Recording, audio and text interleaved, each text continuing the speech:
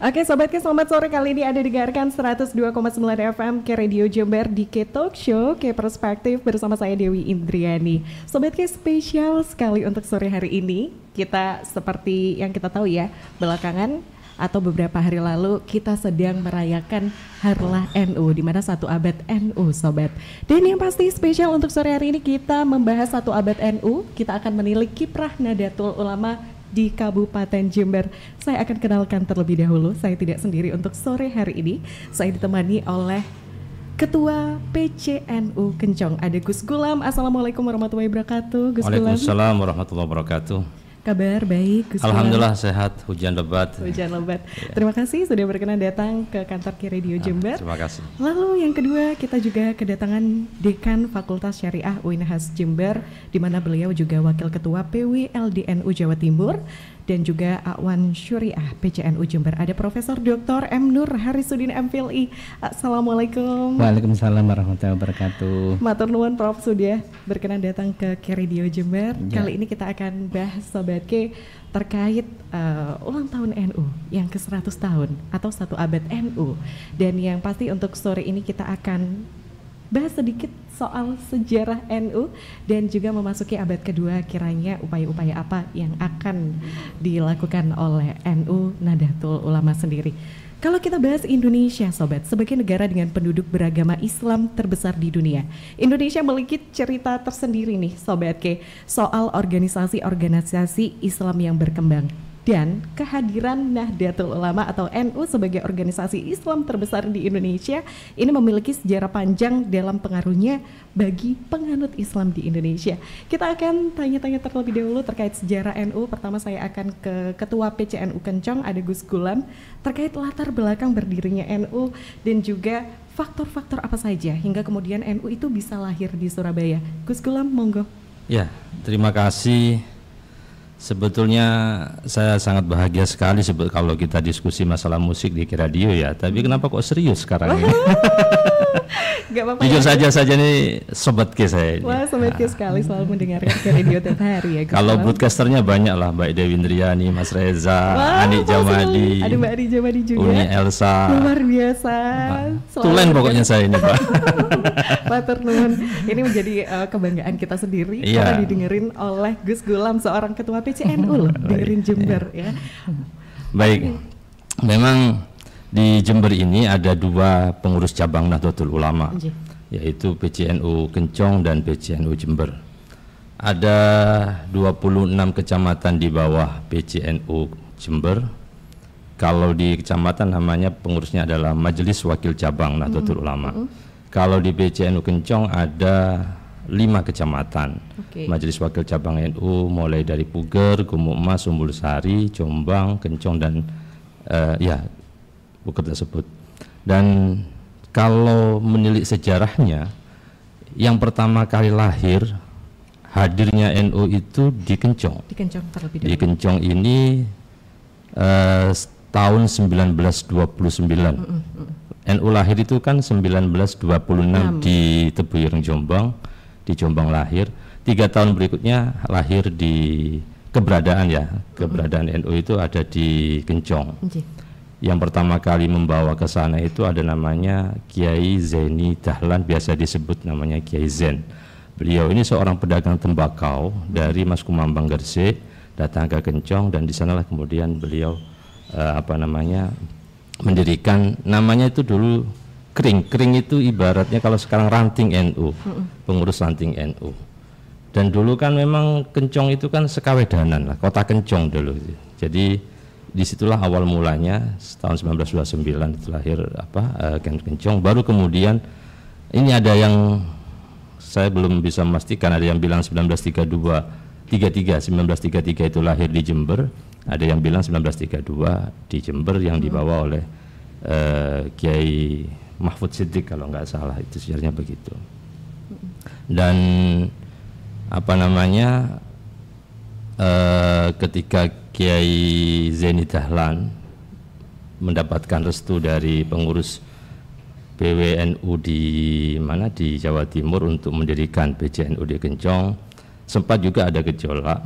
Jadi akhirnya kemudian diteruskan oleh namanya Bapak Thohir. Bapak Thohir itu dulu dari Partai PBI yang kemudian gabung kepada NU, udah cukup lama sekali.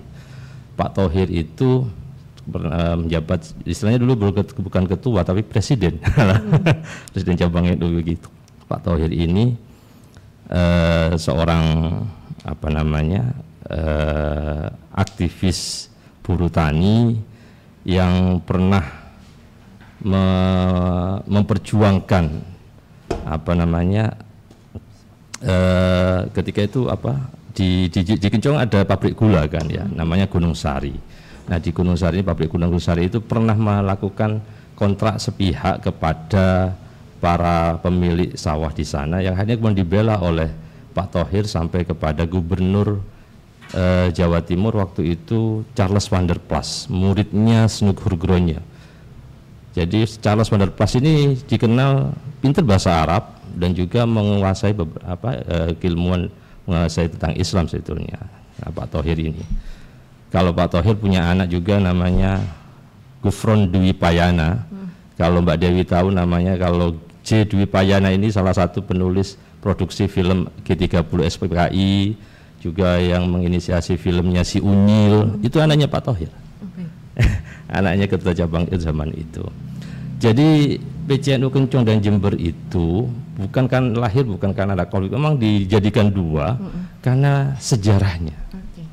Jadi murni karena sejarah, dan bisa dijadikan sependek pengetahuan saya, itu seluruh cabang NU di Indonesia yang pertama kali dibagi dalam satu kabupaten itu Jember dan Kencong. Yang berikutnya seperti PCNU Pasuruan, ada Kota Pasuruan, ada PCNU Bangil, itu tahun 80-an. Begitu juga di Keraksan, ada PCNU Keraksan, ada PCNU Kota Keraksan dan Kabupaten Kota Probolinggo dan Kabupaten Probolinggo. Jadi kalau PCNU yang di Kencong dan Jember itu memang dari dulu, itu karena faktor sejarah saja yang kemudian dibagi antara PCNU dan Kencong dan Jember, yang mana haknya sama di sana. Oke, jadi murni karena sejarah. Alasan sejarah, ya. Karena memang beberapa kali saya baca di internet gitu, atau lagi berita-berita, ada beberapa judul berita yang menggambarkan kalau PCNU Kencong dan juga Jember ini disatukan oleh anak-anak muda. Yeah. Jangan-jangan ada konflik, ternyata nggak ada. Nggak ada sama sekali. Benar-benar faktor sejarah. Faktor sejarah saja dari PBNU kemudian diputuskan untuk dibagi menjadi dua. Karena dulu lahirnya ya, karena lahirnya memang lahir lebih dulu di hadirnya NU di Kencong, ya kemudian PBNU memutuskan untuk diterbitkan SK. Dulu namanya itu istilahnya kering Kencong. Kalau sekarang mungkin pengurus Santing Kencong yang tidak menggabung kepada Jember, karena waktu itu Jember belum ada. Ya. Oke, dan ternyata bukan hanya di Jember saja yang PCNU-nya ada dua, ya, tapi di kabupaten Probolinggo, kemudian di Gresik ada PCNU Gresik dan PCNU Bawean. Ya ini karena mungkin kalau faktor jarak ya. Bisa juga seperti di Madura ada PCNU Masalembu, itu pulau. Nah, karena faktor jarak itu aja. Baik, kalau kita membicarakan NU atau Nahdlatul Ulama ini sudah berkiprah 1 abad. Nah, Gus Gulam, pengaruh yang diberikan NU dan dirasakan masyarakat Indonesia sejauh ini apa saja? Ya banyak sekali ya. NU ini berkiprah sejak sebelum Indonesia merdeka. Betul. Ya kan. Kiai-kiai NU itu telah mengajar putra-putri warga negara Indonesia sejak belum Indonesia merdeka. Dan mereka tanpa gaji, tanpa apa, secara lillahi ta'ala ikhlas mengajarkan. Pondok-pondok ini banyak sekali pemiliknya NU yang lahir sebelum Indonesia merdeka. Maka apa kontribusi NU kepada Indonesia? Banyak sekali. Termasuk juga kalau panjenengan membaca sejarahnya 10 November, itu kan karena perjuangan para santri ya saat itu, yang mana kalau katanya ada salah satu kiai, saya lupa namanya, santrinya Kiai Hasyim Asy'ari yang ikut dalam pertempuran 10 November, itu bukan pertempuran, Mas. Terus gimana Kiai? Itu seperti tawuran, jaraknya itu hanya jarak mungkin sekitar 3 meter 4 meter gitu. Nah di situ waktu itu ya para santri ya, karena ada fatwa dari Kiai Hasyim Asy'ari untuk berjuang, maka kemudian ya mereka berangkat begitu saja karena ada fatwa, karena ada perintah guru. Santri itu kan sama kiai begitu patuh, tanpa banyak tanya, perintah guru berjuang ke Surabaya itu. Dan kalau dari hari ini NU itu kan organisasi masyarakat yang tidak berafiliasi kepada politik, jadi semata-mata semua kehadiran NU itu memberikan hadir di tengah-tengah masyarakat, memberikan apa yang menjadi kebutuhan masyarakat, mulai masalah ekonomi, sumber daya manusia dan sebagainya. Jadi orang yang mau di NU itu ya murni ngabdi, murni berjuang. Maka sering kiai saya mengatakan begini, kalau kamu di NU itu ibarat kamu masuk ke dalam masjid. Kamu ke dalam masjid ngapain? Beribadah. Hanya satu, beribadah, nggak ada lain. Karena kenapa kita kok di situ bergabung? Ya karena kita tidak tahu mana ibadah kita yang akan diterima oleh Allah Subhanahu wa taala. Perjuangan kita mungkin ada yang aktif di Remas, mungkin ada yang aktif sebagai relawan, mungkin ada yang aktif sebagai pengurus NU dan sebagainya. Lah mungkin di sana. Oke. Saya akan ke Profesor Dr. M. Nur Harisudin MPhil.I selaku Dekan Fakultas Syariah UINHAS Jember dan juga Wakil Ketua PWLDNU Jawa Timur, Akwan Syuriah PCNU Jember juga. Prof, 1 abad berkiprah, pengaruh yang diberikan NU dan dirasakan masyarakat Indonesia sejauh ini kalau dari Prof Harisudin sendiri bagaimana? Pertama pengaruh yang kalau bahasa kemarin itu merawat jagat ya, dan membangun peradaban. Jadi kalau merawat jagat Indonesia misalnya itu kita yang merawat Indonesia, NU artinya NU itu merawat Indonesia dengan cara Nahdlatul Ulama. Misalnya dalam sebelum kemerdekaan sampai setelah kemerdekaan. Sebelum kemerdekaan misalnya kita Nahdlatul Ulama pernah memutuskan bahwa negara kita itu Darul Islam. Tahun 1936 di Muktamar NU Banjarmasin menetapkan bahwa negara ini bukan negara kafir tapi negara Islam. Negara Islam itu artinya bukan khilafah ya, tapi artinya adalah negara yang wilayahnya wilayah negara dengan penduduk Muslim, di mana penduduknya dapat minimal melaksanakan ajaran agamanya dengan baik.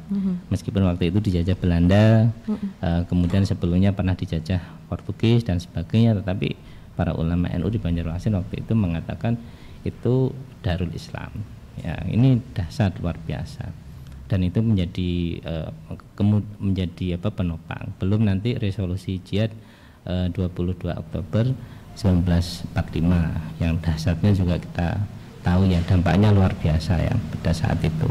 Jadi kalau tidak ada kalau dilihat sejarah ya ini kalau dilihat sejarah, kalau tidak ada 22 Oktober tidak ada 10 November ya, tidak ada Hari Pahlawan. Ya, artinya itu dahsyat. Dari sisi itu sebelum sudah merawat jagat Indonesia, pas pada saat kemerdekaan juga merawat jagat Indonesia dengan cara resolusi jihad.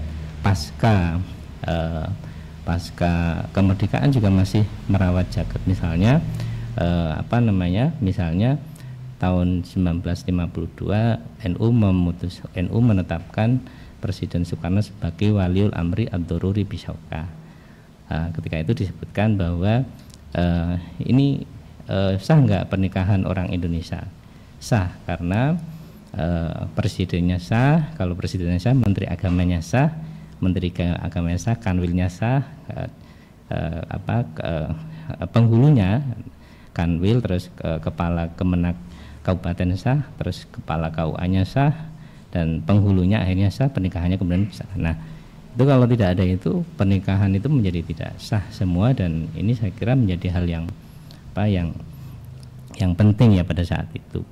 Belum nanti pada waktu PKI, kemudian belum nanti pada waktu Orde Baru kita di Nahdlatul Ulama menerima asas tunggal Pancasila pada tahun 1944 dalam Muktamar NU di Situbondo. Waktu itu gonjang ganjing, ini menerima atau enggak dan sebagainya seterusnya ya. Setelah itu juga masih merawat jagat Indonesia dengan apa?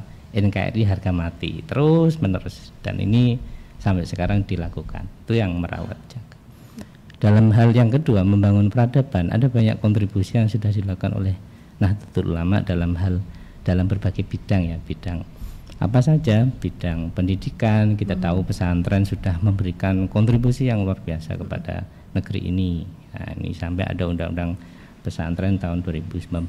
Ini adalah penghargaan dan apresiasi terhadap kontribusi pesantren yang itu adalah miniatur atau NU kecil ya, NU kecil itu sudah pendidikannya sudah memberikan dampak yang luar biasa. Belum bidang-bidang lain karena NU itu ada Nahdlatul Tujar, ada Nahdlatul Wathon, dan ada Tasbirul Afkar ketika berdiri tahun 1926.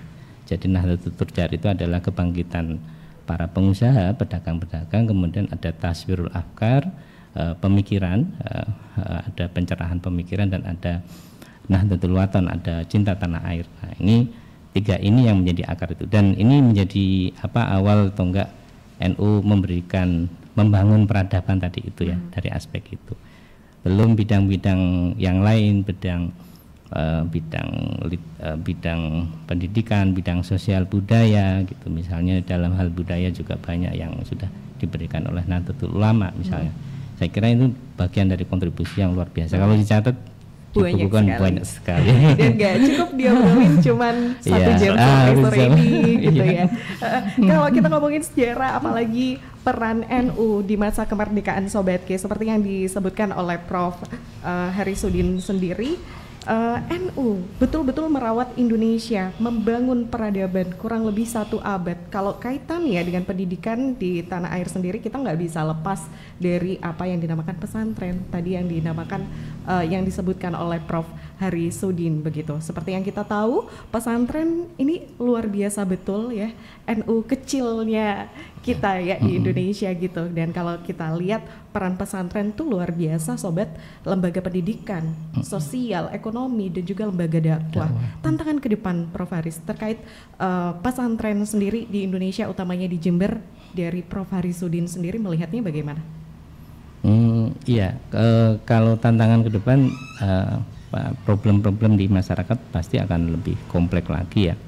Dan tantangan sebelum menghadapi itu adalah tantangan di internal. Saya kira negara sudah memberikan jalur. Artinya begini, pesantren hari ini sedang diuji dengan berbagai persoalan. Misalnya di Jember ada kasus yang baru saja ramai dan dugaan, meskipun kalau menurut saya pribadi ini, kalau pesantren yang sesungguhnya tidak di tempat itu, tidak di jalur itu ya, kita menyebut yang itu di luar.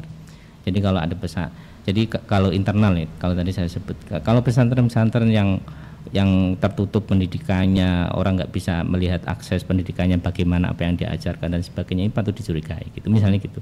Karena itu rawan nanti terjadi kasus yang kemarin rame, pencabulan, kekerasan seksual, nanti bully dan sebagainya. Ini kan jadi itu begitu. Belum nanti dia harus terdaftar di Kemenkumham, kemudian terdaftar di Kemenag gitu ya. Karena negara ingin tahu sesungguhnya pesantren ini bagaimana arahnya, karena harus inline ya, harus nyambung dengan apa yang dikehendaki oleh negara dalam hal merawat NKRI, kemudian dan seterusnya. Ini kan terjadi. Nah, tantangan di dalamnya saya kira di situ. Karena itu harus semakin tegas dan tegas bahwa pesantren di jalurnya ya ini sesuai dengan undang-undang pesantren di negara kita. Dan itu saya kira sudah sangat bagus sebagai lembaga dakwah, lembaga pendidikan, lembaga pemberdayaan masyarakat ya kan. Ada beberapa fungsi pesantren dalam undang-undang itu. Saya kira itu sudah persyaratannya juga sudah oke di situ, tinggal pelaksanaannya saja dan ketegasan dari negara, dari pemerintah untuk ini pesantren yang sesuai dengan ini, terus ini yang tidak sesuai tanda petik harus ada pembinaan dan seterusnya. Dan tantangan selanjutnya adalah tantangan keluar ke depan ini semakin kompleks ya. Tantangannya adalah tantangan era digital, era medsos ini semakin anak-anak milenial ini juga semakin dakwah itu juga harus lebih relevan dengan anak-anak muda milenial sekarang ya dari sisi kontennya itu. Menarik, nanti kita bahas ke kaitannya isu-isu intoleransi utamanya terkait dengan dakwah-dakwah yang memang dikonsumsi oleh anak-anak muda di tahun 2023 atau di zaman sekarang. Mungkin terakhir sebelum kita jeda, saya akan ke Ketua PCNU Kencong terlebih dahulu, Gus Gulam. Kalau dari Gus Gulam sendiri, tantangan ke depan khususnya untuk pondok pesantren di Jember sendiri, ini bagaimana? Kalau tadi dari Prof. Harisudin, sampun.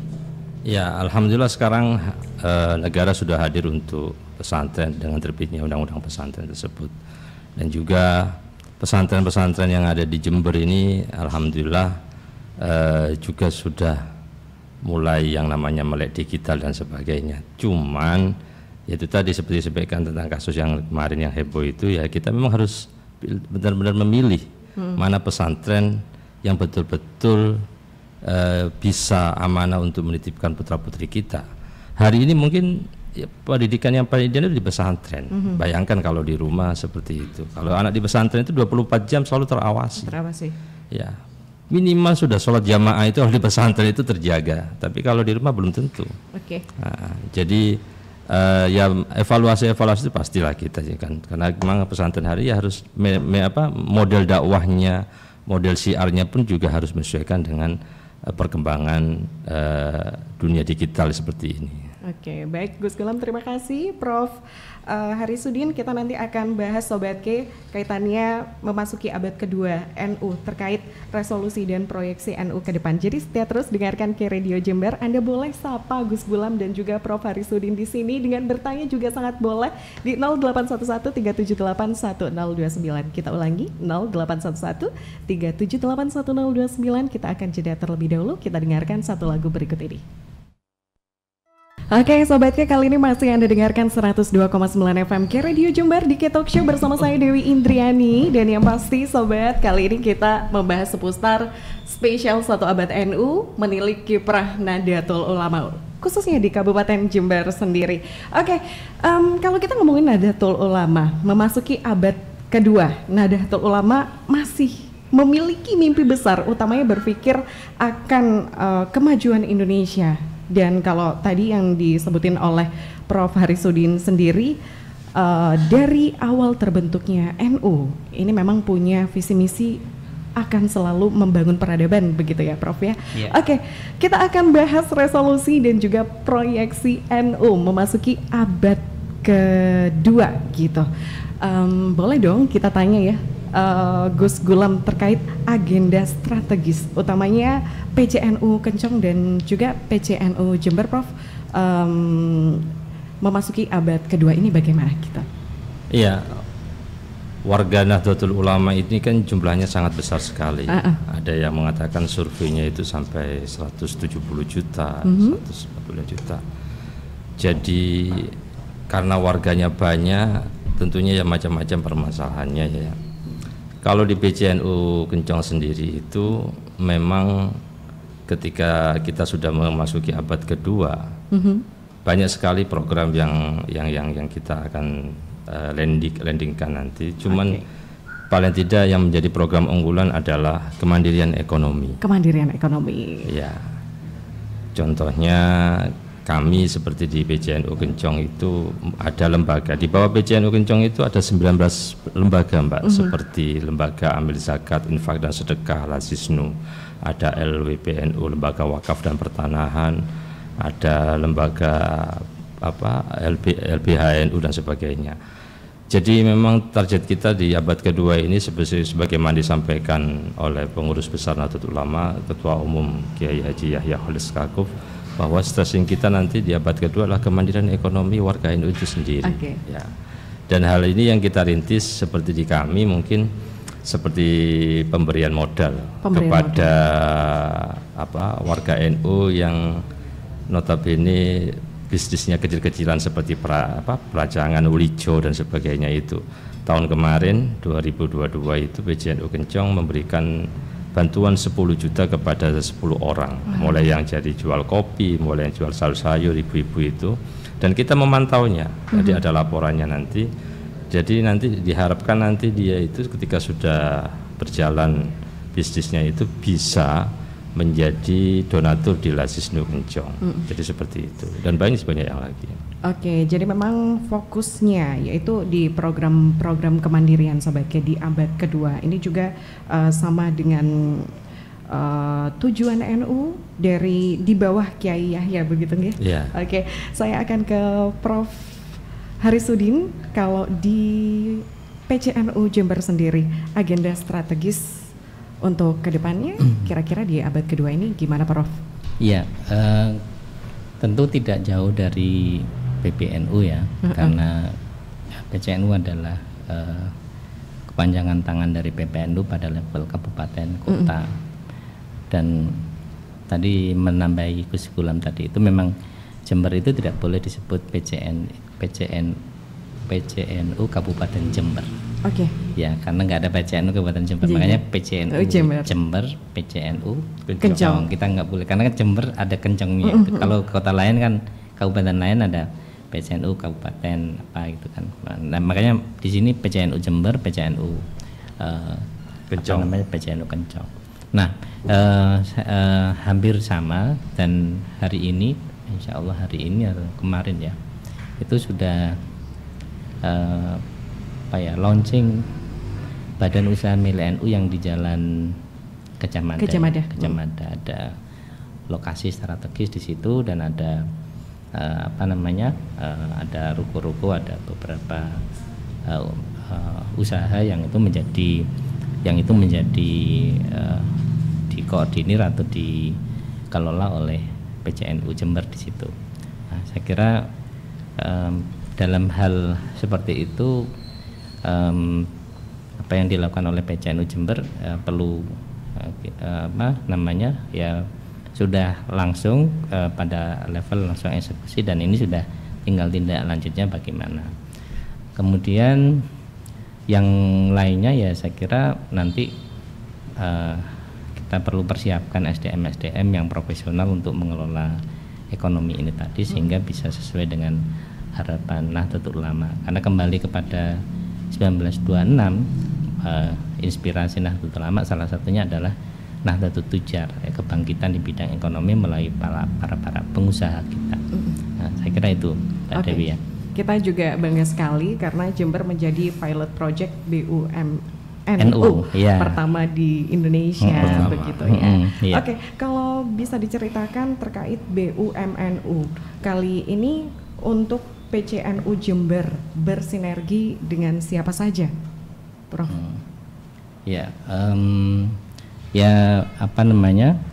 Tentu para pengusaha-pengusaha yang warga NU, dan tentu beberapa pihak yang punya concern dan visi yang sama dengan PCNU Jember ya, itu bisa gabung di situ. Saya kira kalau kerjasama yang bisa dilakukan dan sesuai dengan visi dan misi PCNU Jember.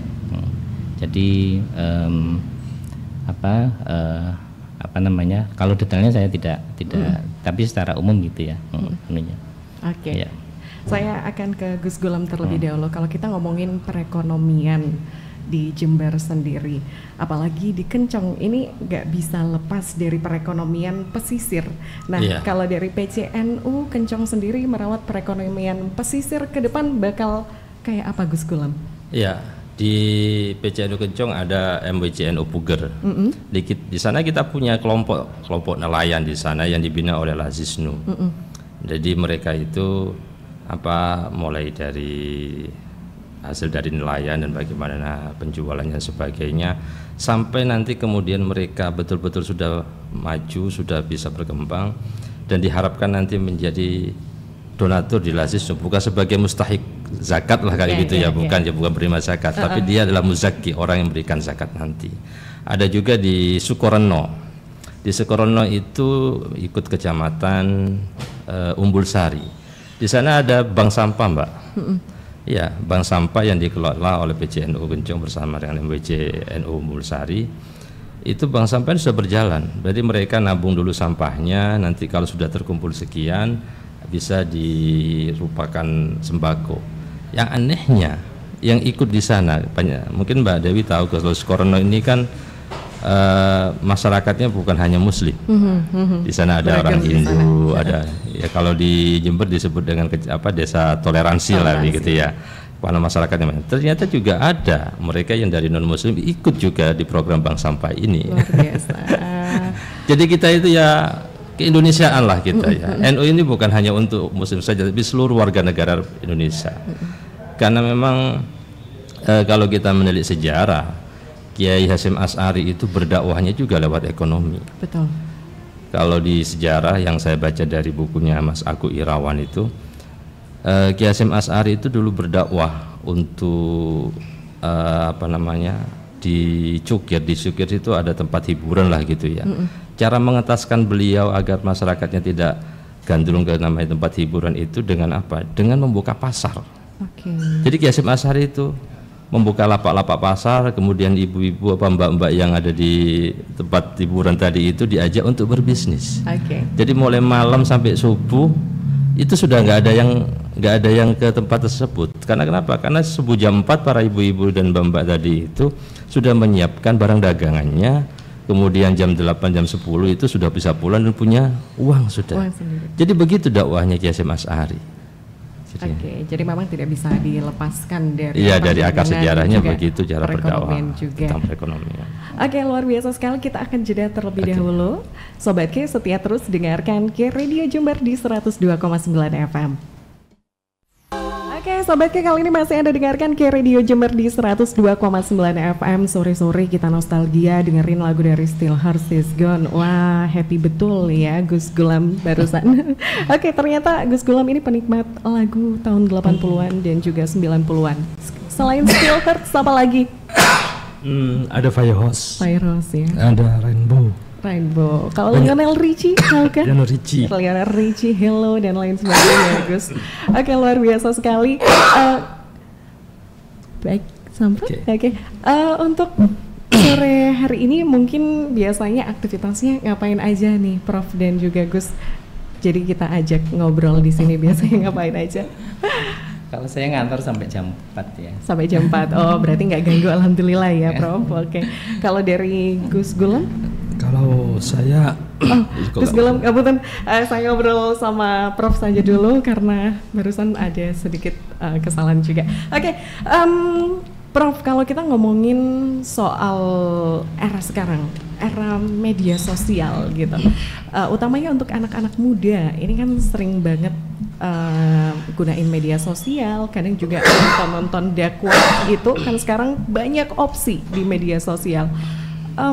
Prof Harisudin, kalau kita nonton dakwah-dakwah itu kan kadang anak muda, misalnya seperti saya boleh ya nggak klaim masih muda gitu, cara memilah dan juga memilih dakwah-dakwah yang terhindar dari kasus-kasus intoleransi atau yang berbau intoleransi, ini harusnya bagaimana nih, Prof Harisudin?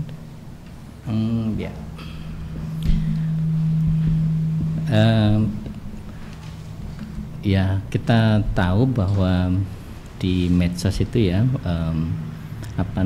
di era sekarang ini kan banyak orang yang tiba-tiba muncul di YouTube-nya, kemudian di medsosnya dan sebagainya, itu muncul seolah-olah dia ahli di bidang agama dan kemudian dia juga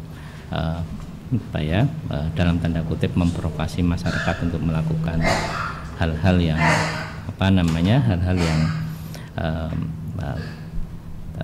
tidak menghargai perbedaan, kemudian dan sebagainya. Di luar Islam juga ada satu dua sebagian kecil orang-orang yang juga melakukan provokasi di luar Islam, maksudnya ya, bahwa agama Islam bla bla bla dan seterusnya. Ini tentu kita akan membedakan itu, karena itu ada level di mana itu berlaku.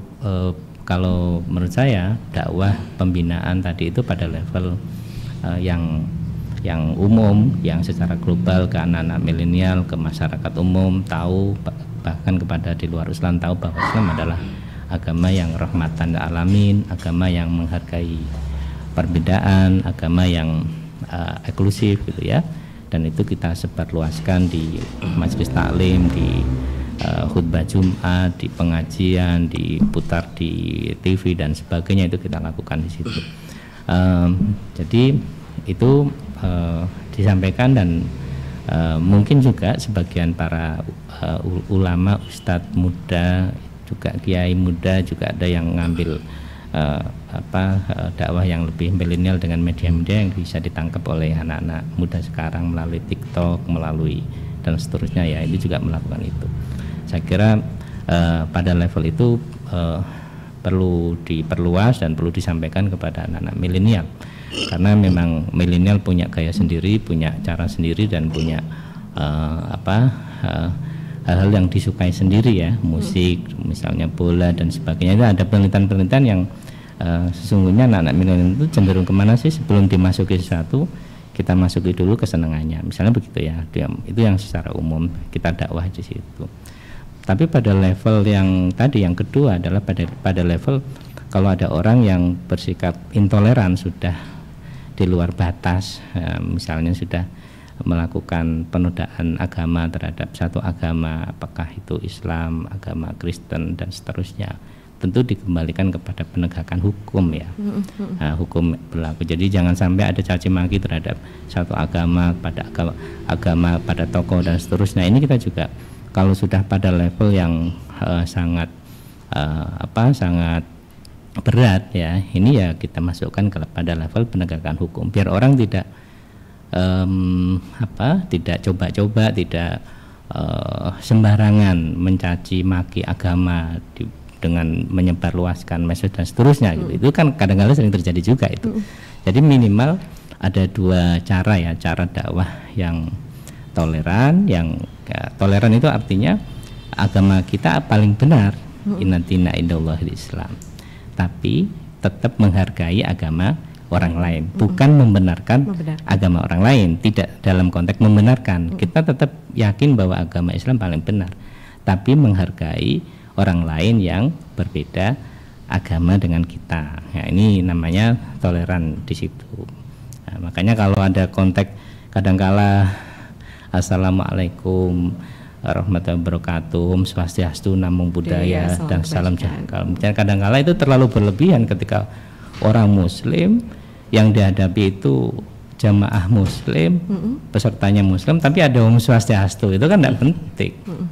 Untuk apa ngomong itu? Tapi kalau di depan itu ada orang non muslim yang berbeda agama dan seterusnya, baru pas gitu ya. Jadi saya juga mengkritik ke dalam, kadang-kala kita nggak tahu ini kok ada kita sendirilah itu tidak berteman umum di kementerian, misalnya Kementerian Agama, itu pantas nggak? Ya nggak pantas, karena nggak sesuai dengan mukhotobnya. Ini yang dihadapi muslim semua, ngapain ngomong swastiastu, namo buddhaya, salam kebajikan. Ini bukan toleransi ini. Ini namanya, ini nggak pas ini ngadepi orang-orang muslim kok ngomong itu gitu kan. Itu contohnya begitu ya. Jadi toleransi harus diletakkan pada tempatnya di situ, dan caranya dakwah tadi itu secara umum ya, dakwah yang rahmatan alamin dengan metode yang sesuai dengan milenial tadi itu. Kemudian yang kalau sudah tahap berat melakukan intoleran dan melakukan tindakan yang melanggar hukum, ya kita tegaskan kembali kepada penegakan hukum yang berlaku sesuai dengan regulasi peraturan perundang-undangan yang ada di negara kita. Saya kira itu ya. Oke, itu dari Prof. Fahri Sudin sendiri.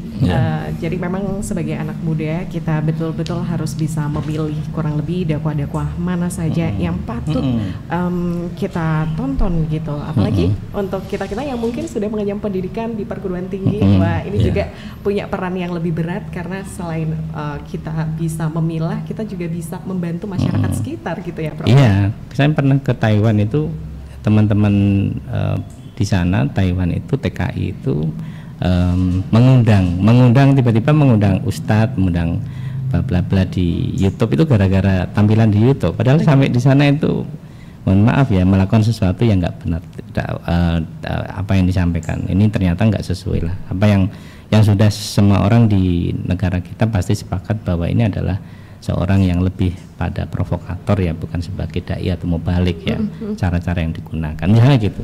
Tapi gara-gara dia lihat tampilannya keren di medsos, di YouTube, kemudian tiba-tiba diundang di sana, Padahal sampai di sana ya banyak masalah ada banyak masalah. Nah ini mestinya konsultasi kepada orang yang tahu ini gimana Gus Bah, ini siapa ini misalnya Kiai Anwar Zahid, ini siapa ini Gus Muafik misalnya, orang-orang yang punya reputasi, orang-orang yang punya reputasi keilmuan dan juga standar moral yang kita akui bersama, ya itu nanti bisa cross check gitu. Nah tahu-tahu jangan sampai ngundang orang atau kalau bukan ngundang ya, kalau kita merujuk kepada orang yang tiba-tiba dia muncul, dia dulu kuliah di mana, dia di mana, belajar di mana, nggak jelas ini kan. Nanti kasihan yang mendengarkan ceramahnya, kasihan di situ, itu kan menyesatkan nanti, sesat dirinya, menyesatkan orang lain nanti itu. Jadi gitu ya. Oke, jadi diskusinya untuk anak-anak muda di luar sana di Taiwan tuh luar biasa tumbuhnya, semangatnya luar biasa. Saya nanti akan tanya kira-kira semangat anak-anak muda di Jember kaitannya dengan diskusi keagamaan ini bagaimana, Prof? Sepertinya ini menarik sekali untuk kita bahas. Namun kita akan jeda terlebih dahulu. Jadi setia terus dengarkan Radio Jember di 102,9 FM.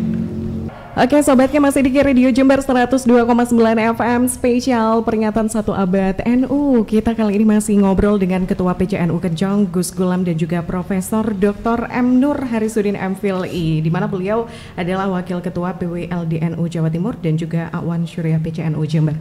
Tadi kita sudah bahas banyak hal, sobat. Sempat kita bahas juga abad kedua PPNU ini nampaknya bertekad betul ya meningkatkan spirit, memajukan perekonomian. Kita juga bahas terkait isu intoleransi. Tadi kita sempat ada hutang pertanyaan dengan Prof. Harisudin terkait dakwah di Jember sendiri, antusias anak-anak muda di Jember sendiri bagaimana kalau di tahun 2023? Semangatkah kalau diskusi seputar keagamaan?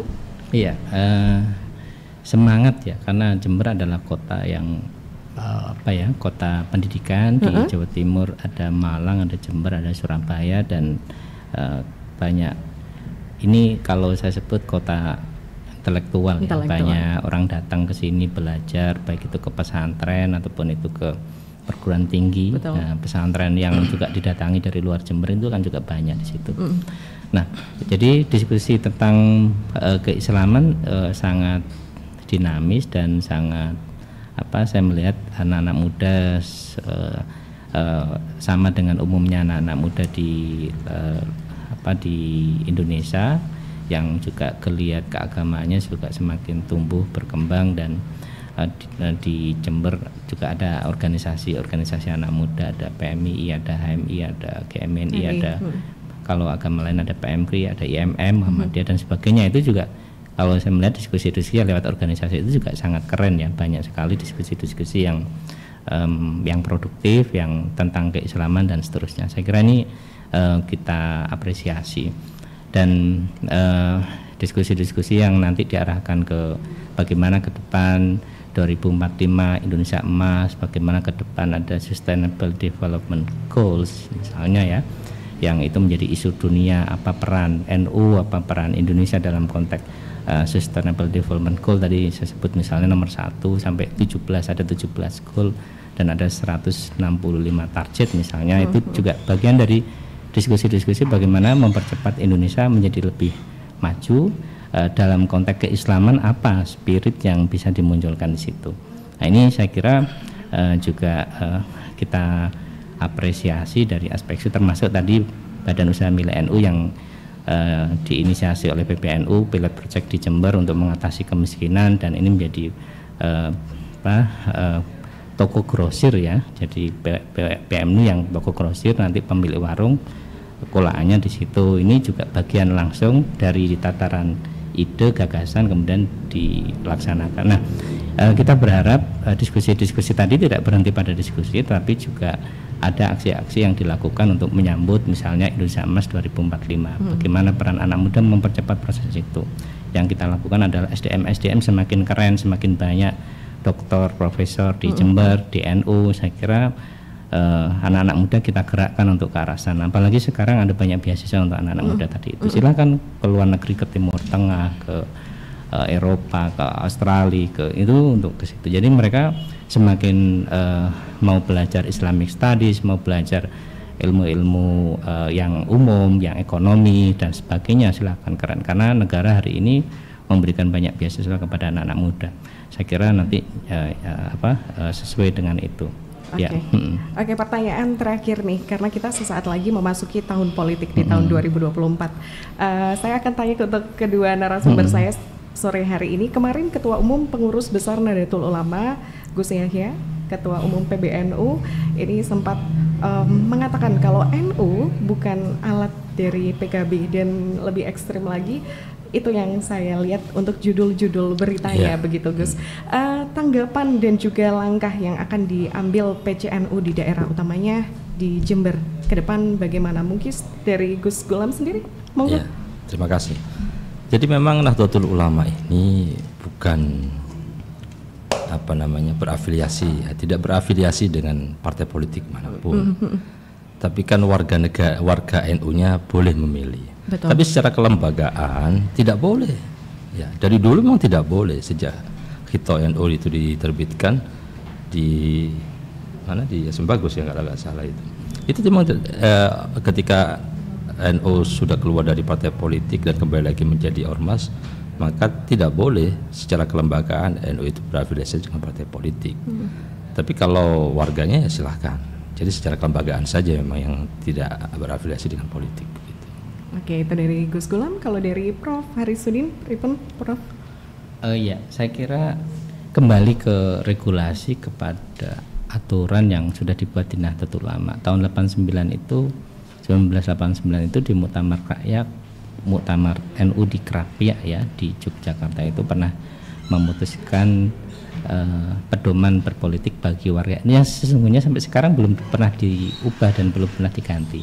Ada 9 pedoman berpolitik bagi warga NU. Salah satunya ya soal politik kemaslahatan, bahwa soal politik kemaslahatan, bahwa NU itu politiknya berbasis kepada kemaslahatan misalnya. Kemudian yang kedua, menghargai aspirasi yang berkembang di Nahdlatul Ulama.